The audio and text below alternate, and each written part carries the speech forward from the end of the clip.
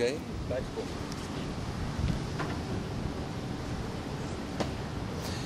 John, we have had you as a guest in our country the past few years many times, but all the time with different lineups. This time, again, a very special one. Could you tell us about it? Tonight it's Al Foster on drums, Dave Holland on the bass, Joe Lovano on saxophone, and me on guitar. Special group. And Joe and I, used to play together a lot. Joe Lovano on saxophone, and I've played with Dave Holland and Al Foster. I played with Al with Miles Davis, and Dave Holland and Al with Joe Henderson. So we've all played together, and Joe has played with them in different. But we've just thought it would be nice to all get together and play. And I talked to Joe last year. We had a gig in Montreal, and we thought, well, who would be the dream team on bass and drums? And we called Al and Dave, and they were up for it. And it's really been fun, and we're all writing for the project. So it's a very diversified book, the program. And it's been fun. This must have been quite a puzzle to solve calendar-wise. Yeah, it always is. That's why we can only get together for the month of July this year, and But we were lucky, and it worked out. Any plans to record? We don't have any plans to record right now. We're just concentrating on the tour. But I think we're going to do something, because we're all really playing well together, and so we should document it. I hope we can. Record companies sometimes, they don't want you to do too many records, and they want this project to sell and that one to sell, so you have to wait. So there's a lot of politics, as always. We are trying to find a thread in all the talking that we do to the artists, and one of the topics that we are interested in is the relationship they have with their own instrument. We've talked about guitar previously, but my first question in that regard isn't actually the guitar a really weird instrument? It's pretty weird, yeah.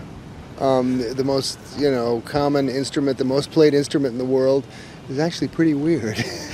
But I mean, the idea of taking a string and stretching it and getting a sound is very natural, and it turns out it works well. You put frets on it, and then you make 6 of them, and then you make them louder by putting wood underneath in a hollow box.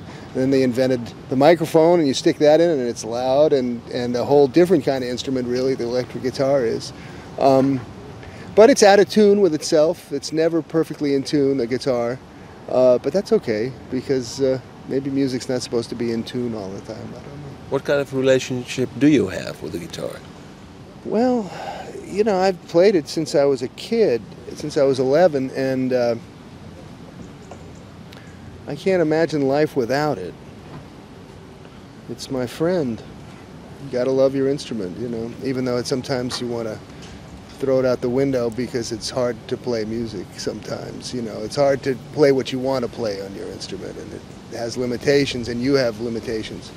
But the more I play it, and the more I really listen to it and try and learn how to play it instead of making it do what I want all the time, and you come to this relationship with your instrument, where it's a give and take, really, with the physical possibilities on the instrument. I just have more and more fun playing it, and I love it.